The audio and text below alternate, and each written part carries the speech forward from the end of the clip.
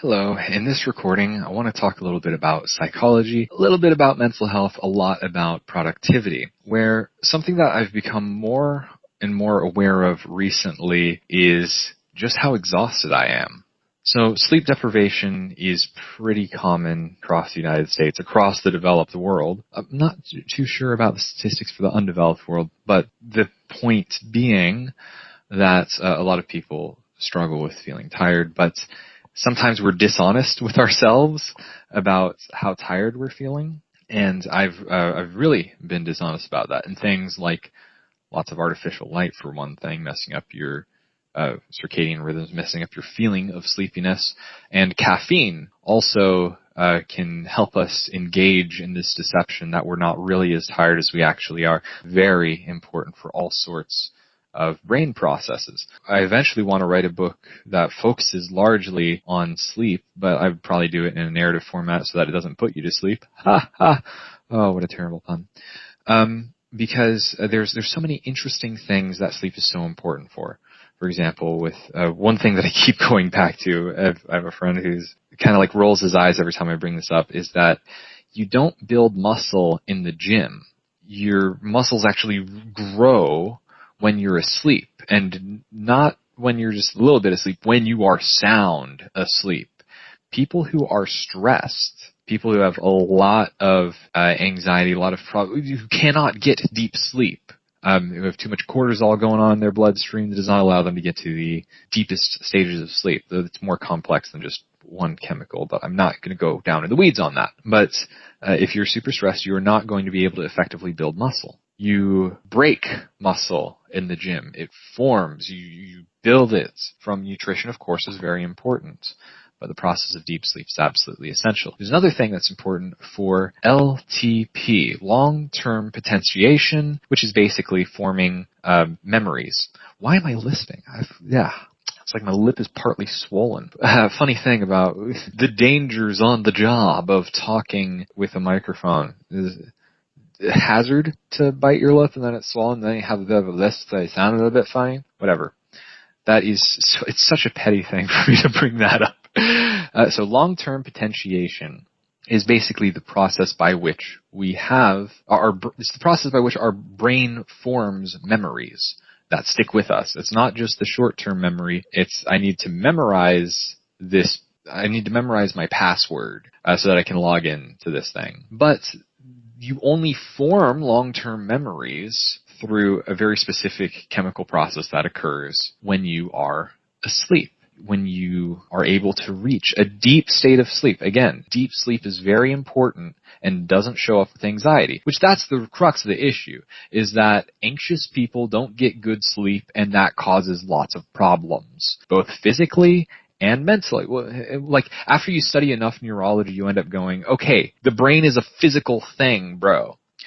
And that distinction gets more and more silly every time that I draw it up. In a more philosophical sense, I would draw a distinction between the mind or the soul and the body, but that gets super esoteric, and then you're like, well, you can't have that conversation with everyone unless you have a very firmly established context, because you're talking about very fuzzy things at that point when you talk what's beyond physical. But anyway, being able to form memories is a physical process, and your ability to sleep well depends on feeling comfortable, and you need to have positive social contacts. You need to have consistent positive social stimulation in order to be able to feel comfortable enough to not constantly be stressed out. Being alone is a net negative. Being alone it's unconsciously processed as a punishment. Loneliness is pain in the brain. These are ideas that I say over and over again when I have conversations with people. It's not common knowledge,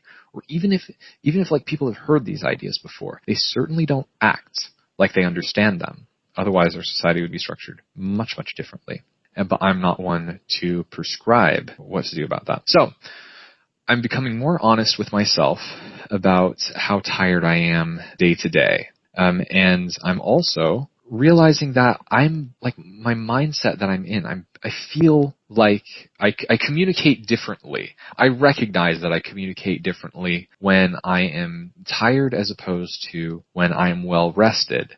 And I've been making a deliberate effort over the past few weeks to get adequate sleep, even if that means, like, there's no idea of like catching up on sleep, because basically sleep deprivation is kind of like brain damage, but getting more sleep than I was allowing myself before to actually go, hey, why do I feel so good? Oh, because I feel rested. I was so miserable because I was pushing myself. I have to get up at this time to be able to get this meeting. I need to get this thing done. I need to send this email. I need to check this. I need to read this. I need to be able to have this prepared for some review that's coming up. That kind of work cycle, I don't know if it affects people more when they are working from home or whatever, but this sort of work cycle of constantly having things that are more important than sleep, not putting any importance on sleep, is just, it's unhealthy, of course. But it also changes the way that we communicate with one another. And it's a bit of like mom advice. If a kid is upset, oh, you're just tired, go take a nap.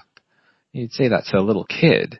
But we want to think that we're above that once we're an adult, that we can just think our way out of sleep deprivation. And I forget who it was. There was some speaker, just as an offhand comment, when he was talking about sleep deprivation problems, says that modern culture has a kind of sleep machismo to it. Of like, yeah, I don't need no sleep. Like it's prestigious somehow. Like you're expected to, like, oh, that guy only needs 5 hours of sleep. Oh, I think some people, some people can function off of 5 hours of sleep. I don't know all the circumstances that apply, that go around that to allow someone to be able to function perfectly well off of very little sleep. I don't know how you would train that. I'm not very well educated on that issue, but I recognize that for my situation, I just had to be more honest about getting to sleep at a certain time and being able to get more rest and putting off some things. I don't really need to send that email now. That can wait. And that's so hard to put out of your mind, so hard to calm down when there are things left undone. Or if you were meaning all day to, like for quite a while, I intended to at least do one drawing every day for a month. And if I didn't do a drawing, if I was just exhausted from like doing stuff at work or from writing or whatever, and I'm going to sleep and I'm trying to get to sleep and go, oh crap, I didn't do a drawing today and I'm going to break this streak of having like 14 days where I was drawing now I need to get this done. There was just that shot of anxiety that would screw up sleep. Of course I'd feel miserable. And then I remember that there's one time this happens where I'm doing this drawing a day thing. And then I realized, I need to get up and draw. And I spent 30 minutes drawing, and I thought like, okay, I got that out of my system. Now I'm calmed down. After you have that shot of anxiety, once you do something that calms you down, you feel like, okay, I have this sense of fulfillment. There is like, a sense of ease that washes over you. But that doesn't mitigate the stress that was inflicted from that bolt of anxiety. I remember I slept enough time-wise, but I was absolutely exhausted when I woke up, and I just could not function at all. And I couldn't communicate very well either. I remember that was a big problem, is I wasn't able to, I was doing something with information technology. So it was like really specific terminology for trying to get certain things to work on an application. And I just wasn't able to put together the process of you need to do this and then you do that and then you can configure this technical thing that requires a lot of brain power to understand how it works. And I did not have that brain power in my brain space at that time.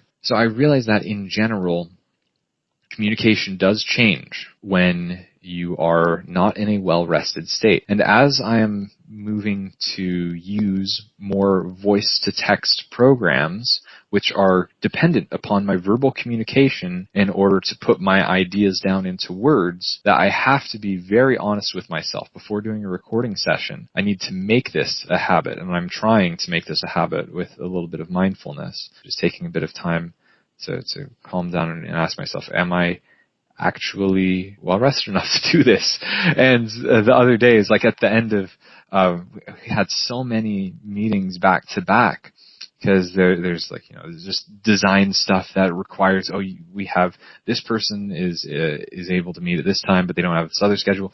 It was like 4 hours of very highly technical meetings back to back. And then I have emails that I have to send after that.